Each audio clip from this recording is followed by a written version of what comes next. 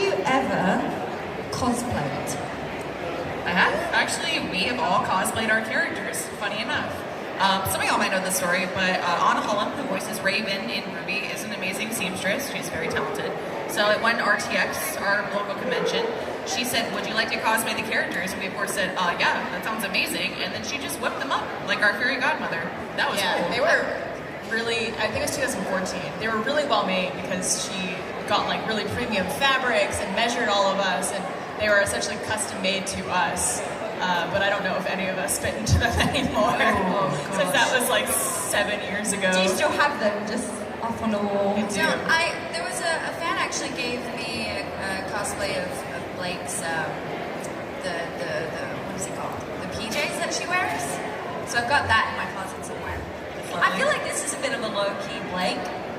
It seems very Blake inspired. Yeah. Like casual. Yeah. I love the boots. I'm just staring at the boots. Thank you. My inspiration was definitely Kate Blanchett lesbian, but I've done what I can. I like also they're asking, like, do you still have the cosplay? I'm like, well, here's the thing that happened to mine, is after we did that shoot, Barbara knows. Oh my gosh, that's right.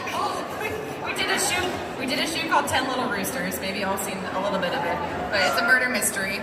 And the person who played Jean in the show, his name's Miles Luna, wore my RWBY cosplay, and he ripped it because we have very different body types.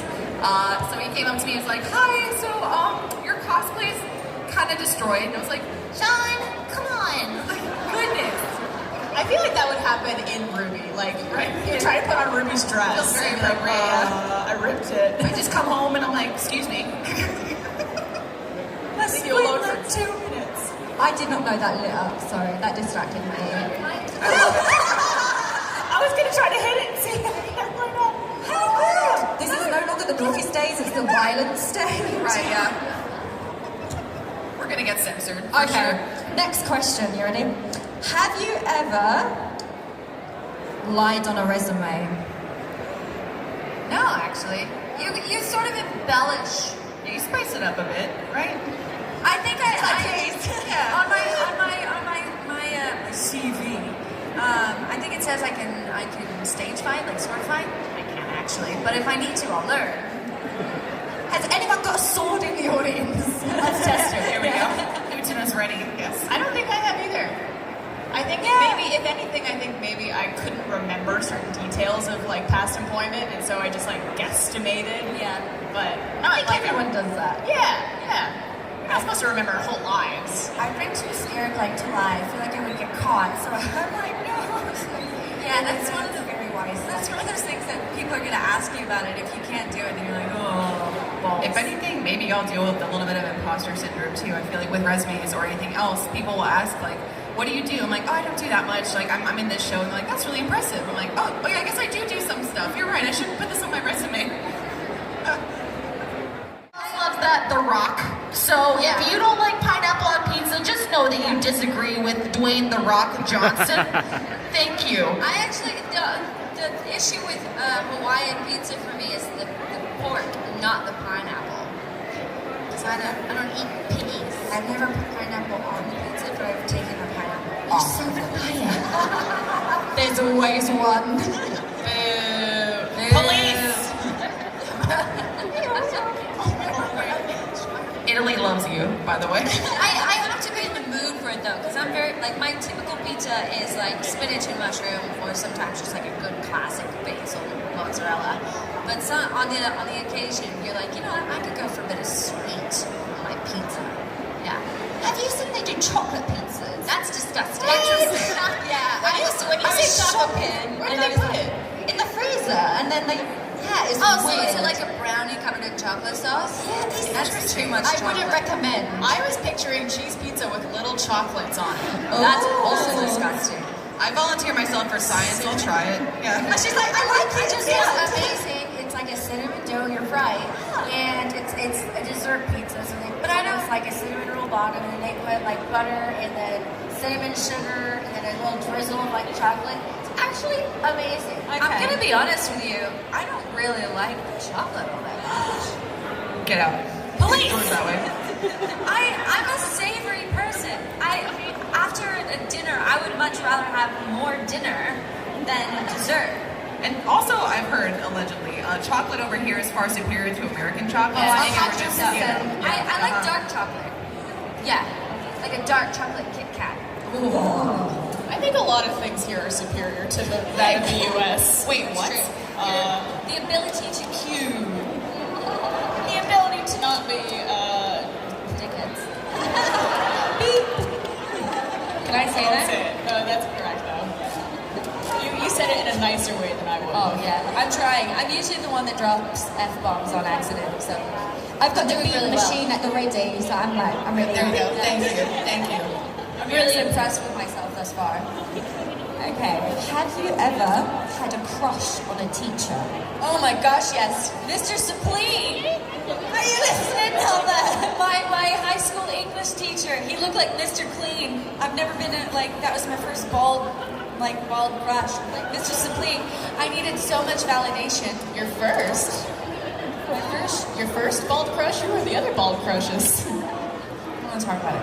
Okay. Aaron, And you then also Miss, I want to say Anders. Miss Anderson? Miss Anderson. Yeah.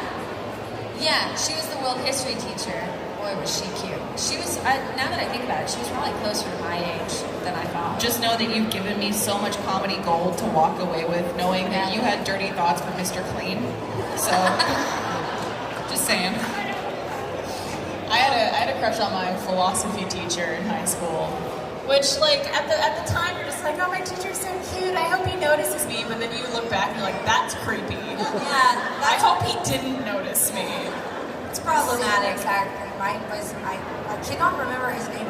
Unfortunately, I guess, unfortunately, but it was my 8th grade history teacher. He was also the basketball coach, and he was like, and he was like 6'7", he was hilarious, and yeah, it was pretty cute. History theme here. Yeah. Oh, history teachers are cute. Well, English as well.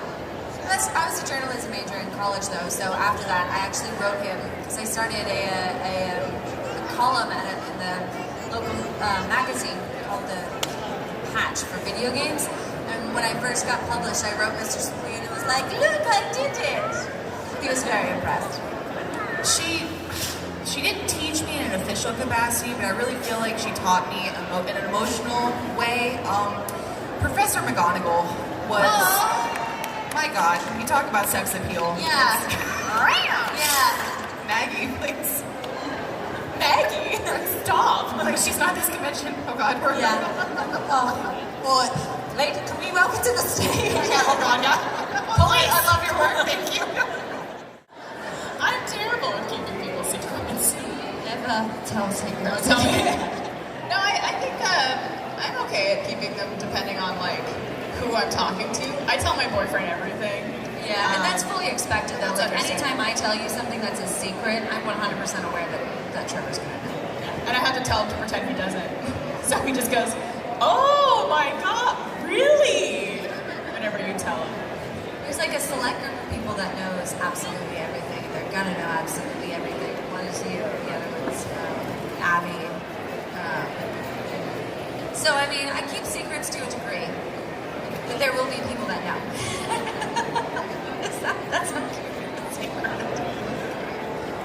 I keep secrets unless it's something that I know is like damaging probably to somebody else, or that like they really need to know. Like my conscience is killing me. So unless, but if it's just something personal. And I really wanted long, luscious black hair, and I was like, I'm gonna live vicariously through this character. I love that for you. Yeah, thank you so much. It's been a real ride. Yeah, so basically she has long hair because of me, but now she doesn't have long hair because life choices. Similarly, I wanted really opposite. I wanted really long hair. I wanted her to, like I didn't have a whole lot of style because obviously I can't draw. But I do know, like the original concept art for Wise's Win Past, she was right-handed originally when Monty had done the concept art for her. I believe he had told me when he tried to do all of the animation, it was too difficult to make her right-handed, so he changed it to left-handed, so now Weiss is left-handed. Since I didn't actually work at the company, he knew less about me as a person, and so he was sort of like, hey, you two can figure each other out. And I'll never, like, that's always sort of stuck in my head. He's very methodical in his ways, but such an awful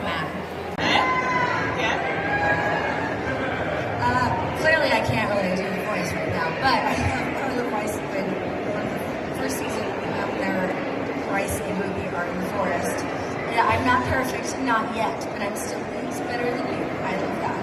Just because it sounds so like Wicked Witch of the West, like, but it's still leagues better than you. I love that we all have like ironic eyes that we just know.